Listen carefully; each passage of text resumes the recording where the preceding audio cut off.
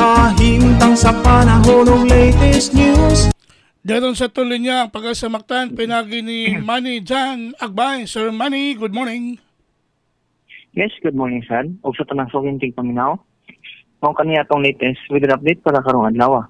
April 12, 2024. Ang easterlies o ang init nga hangin gikan sa dagat Pasipiko ang mo'y naka-apekto karon sa tibok nasod. O para sa kantang sa panahon, dinhi sa Metro Cebu lakip na sa tibok Visayas, makasunati tag generally fair, init ug iga nga panahon, nga nagpanag sa pagpanag-om, ngadto na sa madag-umon nga kalangitan, nga naay tsansa sa lumalabay nga mga ulan o mga panugdog kilat, ug tungod kini sa easterlies. O para sa kantang sa hangin ug sa kadagatan, kilay ngadto na sa kasarangan ng hangin nagikan sa silangan, ngadto na sa amyan ng silangan, ang mupasulabi dinhi sa tibok Visayas. Di nang balod sa itong kadagatan, malinawan nga na sa kasarangan ang pagbalod. O para karong adlaw, wala ra kitay issue nga gale warning para dinhi sa tibok Visayas. Dinhi sa Sugbo nga itong dagat, muhunas karong alas 6 untok, nga naay 0.24 nga kamabon, o mutaob karong alas 12:31 sa udto. Nga naay kalawman 1.82 meters. Para karong adlaw dinhi sa Metro Cebu ang atong temperatura mag-range kini gikan sa 26 to 32 degrees Celsius. Ug atong maximum heat index mag-range kini gikan sa 36 to 37 degrees Celsius.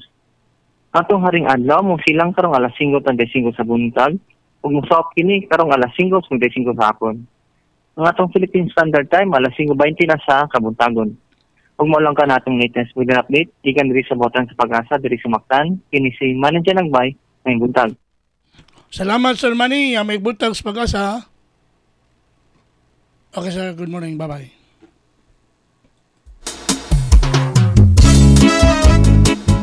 Iyog debate si Sir Manny Jan Agbay ang atong widow specialist gikan sa Pag-asa Mactan.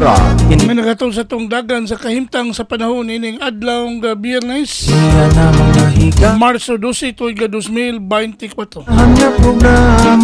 Salamat sa Pag-asa Mactan ug mayong buntag kaninyong tanan. Kahimtang sa panahon ng latest news. Balikan sa TV stations. Nagpapakauban ng kubra in action. Panaw ka o paminaon sa'yo sa kabuntagon.